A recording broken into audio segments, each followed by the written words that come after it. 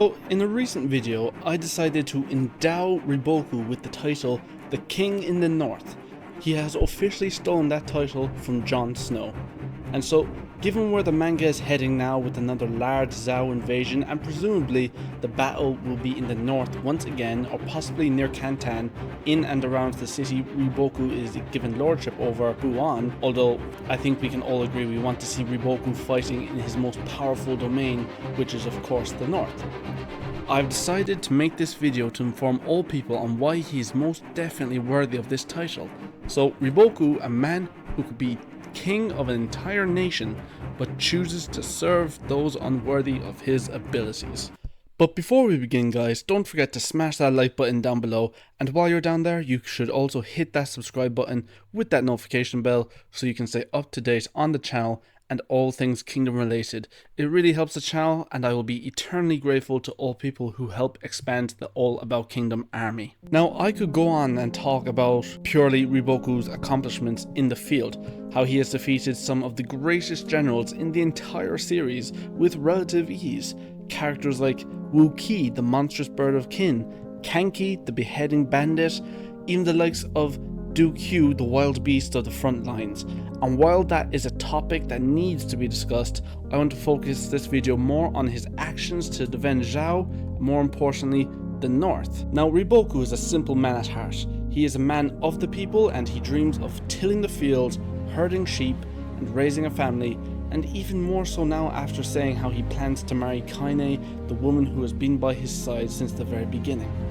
And this is the perfect place to start showing why he earned the title of King in the North. Now, in the canon manga, all we know is that Riboku came into the desolate north where dreams go to die and managed to turn it into a relatively safe place after eliminating the Xiongnu, which is the name given to a nomadic tribe north of the Seven Kingdoms. However, in a one-shot from before the manga started, we are given more information about his actions in doing so. Now, in general, I don't like to use side stories and one-shots as comparisons, but the events in this are very similar to the actual story we are given in the series, so I think it's only right that it be used. So in this one-shot, we see the north of Zhao being essentially a bloody wasteland, where the battle-hardened people of Ganmon were constantly fighting against the Xiongnu, who often raided the territory. Promising generals from the Zhao capital would be sent up to fight these wild men, but would soon see defeat and taste death due to the fact that they had never faced such opponents before. Every time this happened, Zhao would simply send another general to take command, and it had become such a frequent occurrence that people of Ganmon no longer care for their commanders. And then one day along came Riboku. Now Riboku had a plan that no past general has ever come up with before. A simple plan consisting of 4 simple words. Do not fight them. Simple plan, but one of the soldiers of Ganmon's do not like. All they know was fighting, but regardless, they had to obey Riboku's orders under threat of execution if the order was disobeyed. So from that day onward, every day Riboku would run evacuation drills with the people of all the local villages by Ganmon to retreat into the castle when the Xiongnu were coming, and they were to bring all their livestock, all their goods, and all resources that they could. The Xiongnu came all the way south to raid and pillage and got nothing out of it. They came down time and time and time again, and the people simply retreated into the castle. At the end of the year, people realized they had made more money in that 1 year than the last 30 years from being able to sell their livestock. Not to mention they had come to the realization that not a single man had died since Riboku took command. The Xiongnu even attacked less and less because they got nothing out of it. Riboku later goes on to say to an angry and battle-hungry Kaine, "You underestimated the value of our lives. Its weight and values is what we need to cherish." Now this quote shows how he values the lives of people over the sake of a victory where people will needlessly die when there is a simpler way.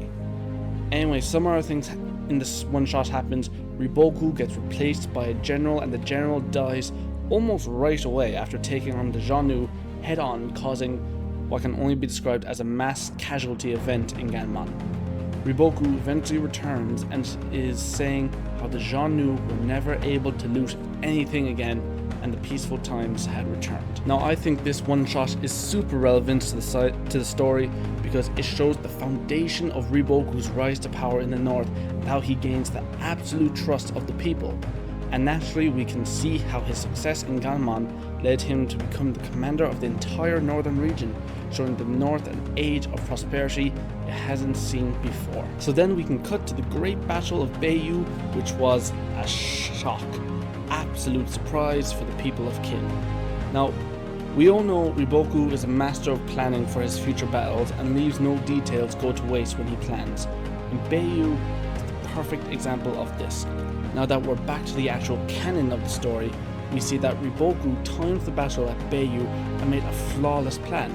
It was at a time where Zhao was seen as possibly the weakest of the 7 states, with no significant military leadership, and so to keep his nation safe, he came up with the plot to kill the most infamous general in all of the 7 kingdoms and make it look easy despite the fact it was an extremely complicated plan. So he waited for a time when Qin had its 2 great generals at the time, aka Duke Hugh and Chotu, posted on enemy lines that they couldn't leave. So Qin would be forced to rely on General Wuqi or General Mobu, who was still a criminally unknown commander at the time, but nonetheless had great potential.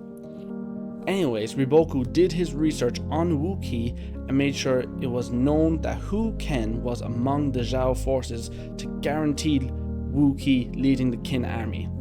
Now, without going into the battle details too much, we'll skip to the end where Riboku has managed to corner Wuqi, surrounding him on 3 sides by cliff-like hills, and on the 4th side an army of 40,000 strong soldiers he had brought down south after defeating a Xiongnu army up north, which he had managed to keep completely secret. And of course, as we know, Wuqi, To and Mobu managed to escape, but Wuqi had succumbed to his wounds dealt to him by Hu Ken soon afterwards. Near the battle's conclusion, Riboku is given the chance to pursue and eliminate the fleeing Qin forces. However, he has already achieved his goals and chooses to protect the lives of his soldiers. So in this battle, Riboku plans the whole battle from start to finish, picks the terrain, the locations, the perfect advantage points for every army to draw the Qin more and more into the wilderness, and finally into the location that best suited his plans. Sure, he knew lives would be lost in doing so, but will send a message to the other 6 kingdoms that Zhao isn't anywhere near as weak as people think. Not to mention that Riboku then goes on and does the same thing again to Yan's infamous great general SHin, just to prove it wasn't a fluke, that he beat Wuqi and used a strategy that would minimize casualties by drawing SHin away from his HQ early on and allow Hu Ken to slay him and end the battle in a single day. And seeing how it was Yan, he probably used an army of forces from eastern and northeastern Zhao. That's 2 huge victories, showing how he does his absolute best to minimize casualties, especially when it includes forces from the north. Not to mention, when we come to the coalition war, instead of sending a northern army, which he knows is powerful, he instead enters Qin with the southern Zhao border. So presumably it's made up of southern troops and then allows a Yan army to cross the north of Zhao instead, and then puts his forces on the furthest battlefield from Kankoku Pass, making it the least crucial of all the necessary places to win a battle. And yes, you can say that he placed his troops there so he could sneak his forces into the southern pass to Kanyo, but you have to remember that that was a backup plan for a backup plan, in case the other nations failed. So you could easily make the assumption that he placed Zhao forces on the far wing to keep casualties to a minimum, once again putting the people before himself. And don't even get me started on the fact that while he was facing Duke Hugh, it was still an army of over 100,000 versus an army of 40,000. If they really wanted to, they could have eliminated the Duke Hugh army relatively easily, especially after Duke Hugh left to fight in the southern pass. Now we come to the likes of the Western Zhao invasion arc, where we again see Riboku come up with ways to minimize casualties, be it his trick in the key city of Retsubi, where it is filled with flaws intentionally so that it's easy to take back if captured, so so that he could trap an invading force inside Zhao so they can whittle down their forces by isolating them from reinforcements, or even to make changes to the Zhao stronghold of Gyo, making it the perfect city with zero flaws and weaknesses to exploit. I mean, the city had a moat, which I don't think any other city in the series has had, at least none that comes to my mind anyway. And yes, Wu Sen did manage to capture it, but it was only done by a plan that was not even conceivable to most. But that's not the important part in this arc for the sake of this video. What's important is how we see Riboku and his forces fight. So until they know what's happening in Gyo, Riboku instructs his troops to not fight seriously, but to just starve out the Qin forces, once again keeping casualties to a minimum. But when the fighting actually starts on the 15th day for the two central armies, we see that Riboku made sure his forces, from the commanders to the foot soldiers to the random cavalrymen, are just as capable at defense as they are at offense. You can see this especially thanks to the forces of Earl Rai and Earl Ko easily stopping the highly offensive tactics of Den Rimi and Shiryu, even showing the adaptability of Riboku's defensive tactics. We see them stopping Din Rimi's highly tactical offensive approach and stopping Shiryu's attack, which is basically just a brute force approach. Sure, in the end he lost the battle, but all that time he made sure to keep casualties low and retreated with the intention of liberating Gyo from the Kanki army. Not to mention, he would have just starved out the forces of Gyo if he wasn't taken by the royal guards. And then you can come to the events of the royal coup, while Riboku escaped with Crown Prince Ka from Kantan, who to this day is still in exile, by the way.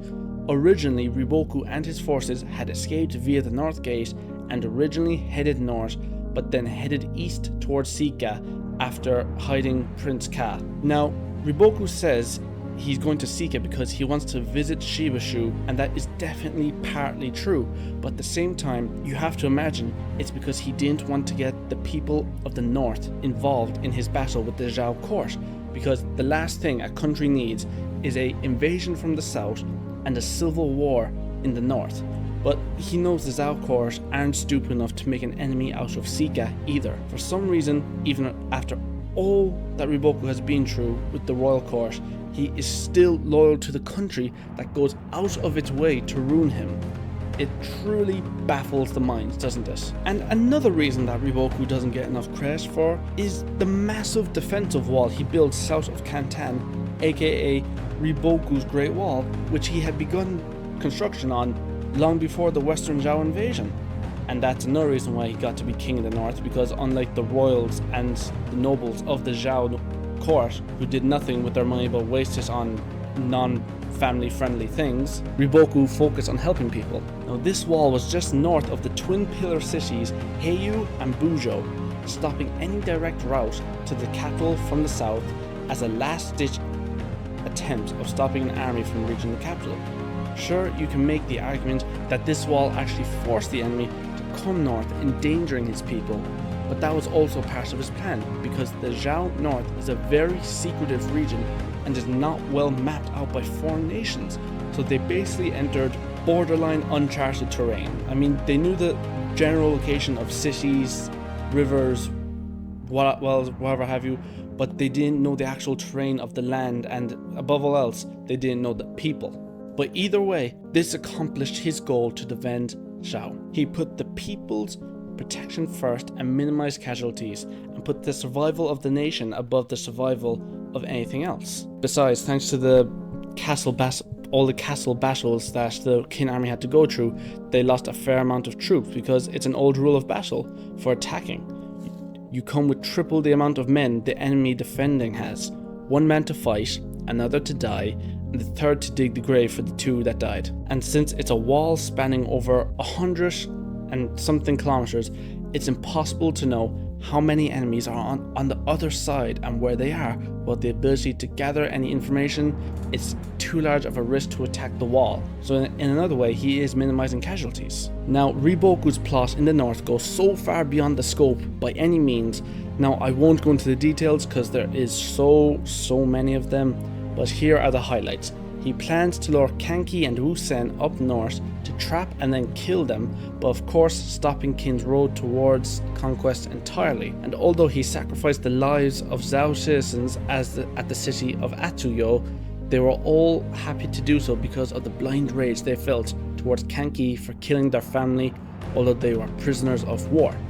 He then weakened the Wusen army enough to make them hold off on their advance on Jian, but Kanki continued to push on even though they now lacked the Wusen army and only received 50,000 of the 200,000 soldiers they were meant to get from the Qin Northeastern Army. Now, thanks to Riboku's tight control of the north, he is then able to gather a force over 300,000 strong to surround and eliminate the army of 140,000 led by Kanki, and he gathered them all in secret. There was zero indicator that he had gathered an army of any shape or size. And now, to put this in simpler terms, Riboku plans months ahead for this battle. He chooses the perfect terrain to encircle the enemy. He then comes up with the perfect plan to lure the enemy up to him, controlling every conceivable detail. And even though Kanki knew Riboku had a trap set, he still couldn't predict that it would be a trap of this magnitude. As far as the Qin army knew, they thought they would be facing an enemy force roughly with their numbers in the city of Jian. Riboku orchestrated the perfect trap using simple information warfare and even gathered every force he had available. This way, casualties were kept to a minimum by gathering all the forces of the north to make a single decisive blow to the Qin, turning his supposed desperate defense into an overwhelming and successful offense. And as we all know, it might have been a close call when he fought Kanki, but his plan was still extremely successful, all things considered. And now the most recent bloody Battle of Hango just solidifies his position once again by using his mastery of information warfare to its absolute maximum advantage, and pulled off another one-day, unquestionable, victorious battle.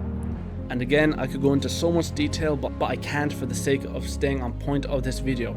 So to keep it short, he entrusts the armies of Ganmon to fight the armies of Yotanwa and the people of the mountain tribes, and while this is by no means a fun battle, these armies are the most appropriate because they are so used to taking on mountain tribes, aka the likes of the Xiongnu and others that we haven't even seen. They know more than anyone the brutality that the mountain tribes can inflict in battle, so he sacrifices his most loyal subordinates for the sake of a greater good. He then puts the 70,000 of the armies of the north to face the 30,000 Qin right wing, aka the SHin unit, because not only is SHin technically targeted by Riboku in this battle, it is mostly because Riboku knows SHin is a general that can defeat an enemy even in unfavorable odds, so he has to overwhelm him with numbers, and even plans to draw him away from his army so he could actually destroy the SHin unit and stop it from interfering with the rest of the battle. Now this is actually a highly successful plan because by taking away SHin, who is a fierce leader who leads at the front, he kept casualties to a minimum, making it easier for the Zhao to overwhelm the SHin forces while SHin was in pursuit of Riboku, because there's absolutely zero doubt, even if SHin faced the 70,000 with the 30,000 and was not drawn away.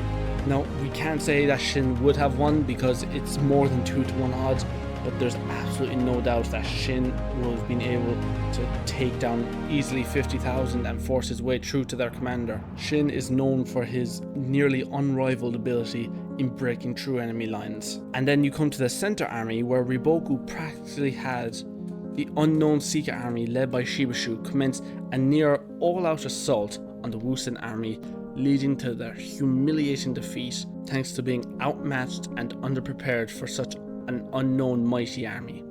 And while this reckless assault caused many casualties to the Sika army, Riboku was willing to risk it for two simple reasons. One, it wasn't a northern army, so he was willing to take that risk of mass casualties despite knowing he may never get the aid of Sika again.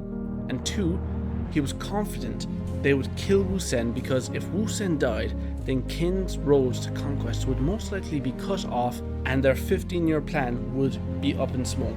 However, as we know, they failed to eliminate Wu Sen, meaning Riboku's plan wasn't without flaw.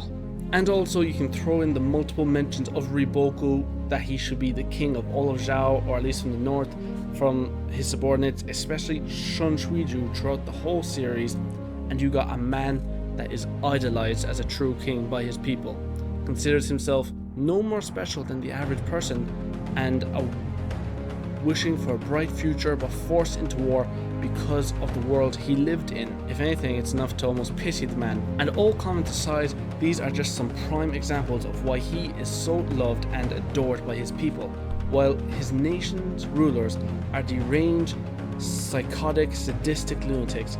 He goes out of his way to protect the people of his country, and they all know it. But here's the thing I would like to know. Years ago, after the royal coup and Riboku being banished instead of going to Sika, Riboku should have gone to Kin. There, he could create a treaty where he would surrender the North territory to them in a guarantee of the safety of his people and not forced to fight their own countrymen in the central armies. This way, he would have secured a future for his people, continuing their decade-long era of peace, and all their lives would be saved. But for some reason, Riboku stands ready and willing to serve a country that is so threatened by him, they repeatedly try to eliminate him. If anyone has any ideas, please tell me. I am desperate to know. Personally, I can only imagine something like he owes the royal family his life from when he was a child, or he swore to protect the people of Zhao to someone he was close to in his past. And so, Kingdom fans, if you've enjoyed this video, remember to smash that like button down below, and while you're down there, you may as well hit that subscribe button so you can stay up to date on all things Kingdom. See you in the next one.